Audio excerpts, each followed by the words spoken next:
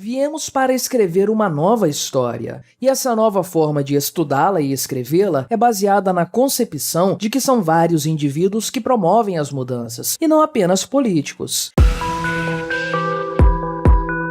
Este é o Visão Libertária, sua fonte de informações descentralizadas e distribuídas. Este artigo foi escrito por Amazônia Livre, revisado por historiador libertário, narrado e produzido por mim, Quintessência. A audácia do Visão Libertária já é conhecida de todos. Aqui não defendemos nenhum político de plantão, nem qualquer coletivismo que seja. Tentamos ser fiéis aos princípios da praxeologia, como nos ensina a Escola Austríaca de Economia, do justnaturalismo e de uma ética universal, na qual as premissas são deduzidas de maneira a priorística. Obviamente, não estamos isentos de algum equívoco, pelo que pedimos perdão, mas saibam todos que nunca desistiremos de tentar realizar as análises, que para nós são tão importantes, na busca da melhor e mais completa verdade apreensível no presente momento. Dito isso, hoje desejamos propor um novo modelo de análise historiográfica. Não se trata de descartar todo o trabalho já feito e tudo o que já foi pesquisado na história, mas a partir de um novo paradigma, a partir do qual será possível atingir novos limites, novos horizontes. E para isso, primeiro vamos entender como se dá majoritariamente a análise atual. No meio acadêmico, leia-se, extrema esquerda radical, há dois métodos mais utilizados. O fenomenológico de Sartre, que justifica a ausência absoluta de qualquer moral, e o dialético. Não a dialética de Platão, mas a enviesada marxista, opondo grupos em opressor e oprimido. Enquanto que a Escola Austríaca de Economia utiliza o método analítico, cuja praxeologia de Mises é um subconjunto deste. Tradicionalmente, nas universidades mundo afora, a historiografia se baseia na reunião de documentos oficiais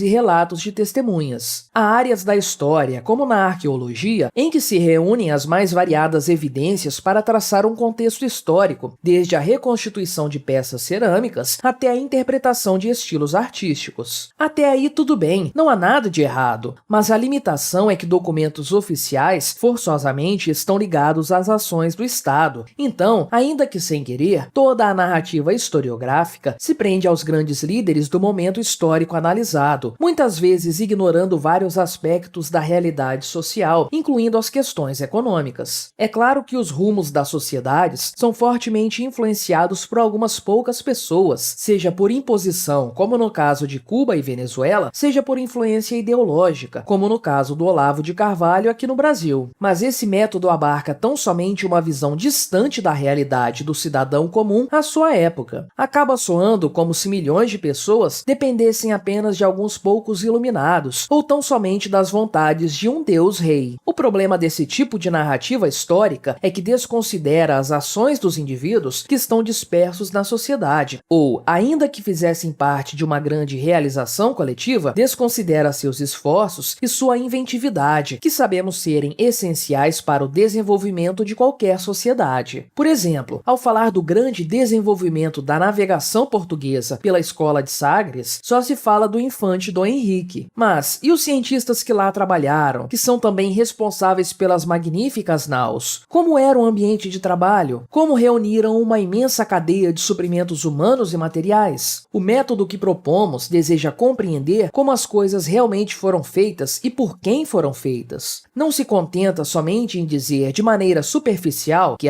Dom João VI covardemente veio para o Brasil fugindo de Napoleão, mas deseja saber como foi essa preparação, de onde buscaram suprimentos, como armaram suas naus, que tensão viviam as pessoas comuns em Lisboa naquele momento. É claro que o olhar mais superficial predominante hoje tem seu espaço, como bem escreve Laurentino Gomes em sua trilogia sobre o Império Brazuca, mas falta um olhar para dentro da situação, para os dias vividos pelo indivíduo. E isso é inseparável das relações comerciais, da estruturação jurídica e dos valores éticos que as pessoas compartilham. O século XX foi o momento onde grandes líderes pareciam conduzir as nações com mãos de ferro. Há exemplos pelo mundo inteiro, como Getúlio Vargas no Brasil, Stalin na União Soviética, Mao Tse-tung na China, General Franco na Espanha, Hitler na Alemanha, Perón na Argentina e tantos outros. Tomando o caso aqui do Brasil na era Vargas, uma das coisas pelas quais nosso ditador de estimação é aclamado foi pela criação da Petrobras. Incrível como está disseminado na mente do brasileiro médio ter isso como uma grande realização positiva do nosso querido fascista. No entanto, nos ensina Bastiat que há coisas que se vê e que não se vê. A criação da Petrobras é o que se viu. Foi o que aconteceu pelos desmandos de Vargas. Mas e o que não se viu? Justamente a criação de um livre mercado de exploração, prospecção, refinamento e distribuição de combustíveis, como já vinha acontecendo pela ação de Percival Farquhar, que pesquisava petróleo em acordo com companhias inglesas e americanas. Veja como a maneira de se contar a história leva a Getúlio Vargas um ato de grandiosidade por criar uma empresa estatal que na verdade se trata de um monstro ineficiente, inebriado por corrupção e controlado por políticos psicopatas e seus asseclas. Então, uma maneira mais completa de se contar a história teria que levar em consideração as ações dos indivíduos que estavam envolvidos na busca por petróleo naquele tempo no Brasil. E, logicamente, foram sabotados e escorraçados por Vargas. E é importante trazer aqui que Ludwig von Mises criou uma metodologia de estudo e análise na ciência econômica baseado na ação individual, a praxeologia. E é com esse arcabouço intelectual que herdamos de Mises que propomos olhar para a historiografia. Mas a lógica de uma historiografia no nível do indivíduo já existe. Um bom exemplo é o filme Jadotville e vários outros do gênero militar, baseados em fatos. Em vez de se basear nas maracutaias dos políticos do Congo e da França, o filme pretende mostrar o dia a dia e os desafios enfrentados pelos soldados diretamente em solo. A lógica é de que quem faz as coisas são os indivíduos e não os políticos, cada um exercendo sua função em complexas e intrincadas cadeias produtivas mundo afora. A visão de que basta um político dar uma ordem e a coisa acontece é extremamente simplista e não representa o fenômeno em si. Na verdade, o que ocorre é que a ação humana é favorecida quando políticos não atrapalham. Portanto, a lógica do que se vê hoje em dia é exatamente a inversa. Ao invés de dizer Bolsonaro tem que construir ferrovias, o correto seria pensar Bolsonaro não atrapalhe quem quer construir ferrovias. E finalmente, é isso que o governo federal está fazendo neste caso das ferrovias. No futuro, poderemos contar como os indivíduos, associando-se livremente, construíram as ferrovias no Brasil. É claro que os políticos têm muito poder de controle e direcionamento da economia e da sociedade como um todo. No entanto, cabe a pergunta: seriam os políticos os ditadores dos rumos da sociedade ou seriam eles apenas uma peça no sistema que representa um direcionamento que a sociedade deseja naquele momento? Do ponto de vista de um ideal na democracia, o político seria a segunda opção. Ele seria o representante que daria os rumos desejados pela maioria da sociedade. De maneira geral, funciona mais ou menos assim mesmo, a não ser em casos esdrúxulos, onde populismo e propaganda pela mídia favorecem pautas que não fazem parte dos anseios da sociedade, o que é o comum na social-democracia, por outro lado, como foi o caso da era PT no Brasil. Naquele tempo, apesar das políticas extremamente socialistas de Lula e Dilma, as pessoas continuaram a viver suas vidas, produzindo, inovando e estabelecendo relações comerciais produtivas na sociedade, sempre lutando por um futuro melhor, apesar do peso do Estado intervencionista. Então, uma nova historiografia deve partir das ações individuais de cada ser humano, que considere sua força realizadora, que exalte sua capacidade inovadora, contando a história como ela foi de fato, e não mais subordinada a meros títeres na liderança de uma sociedade, mas buscando na cultura da época e nos relatos existentes a força que movia os indivíduos e as realizações que eles nos legaram. No entanto, não se trata de uma historiografia engajada ou ideológica, mas de analisá-la a partir da ação humana, como bem fez Mises ao estudar as relações econômicas entre os indivíduos. É claro que o método brevemente descrito aqui não tem a capacidade de abarcar toda a realidade, nem contempla toda a história, mas permite partir de um ponto de vista ignorado pela ampla maioria da academia. Então, essa nova forma de análise pode complementar os estudos já feitos até hoje, sem a pretensão de descartá-los. Rothbard, em seu Manifesto Libertário, defende que devemos buscar novas formas de comunicar os valores libertários, reforçando em nós mesmos a convicção do que fazemos e atingindo cada vez mais pessoas. E Mises, como um amante do estudo da história, muito bem reconheceu a importância desta área do conhecimento quando escreveu: "O estudo da história abre a mente para o entendimento da natureza humana e seu destino. A cultura pessoal é mais do que mera familiaridade com o estado atual da ciência, tecnologia e assuntos cívicos. É mais do que a familiaridade familiaridade com livros, pinturas e a experiência de viagens e visitas a museus. É a assimilação de ideias que despertaram a humanidade da rotina inerte de pura existência animal para uma vida de razão e questionamento. É o esforço do indivíduo para humanizar-se através da absorção das melhores tradições que nos foram transmitidas pelas gerações passadas. E você, vai contar a história de alguém do passado ou vai fazer a sua história no presente para ser contada no futuro? Escolha livremente.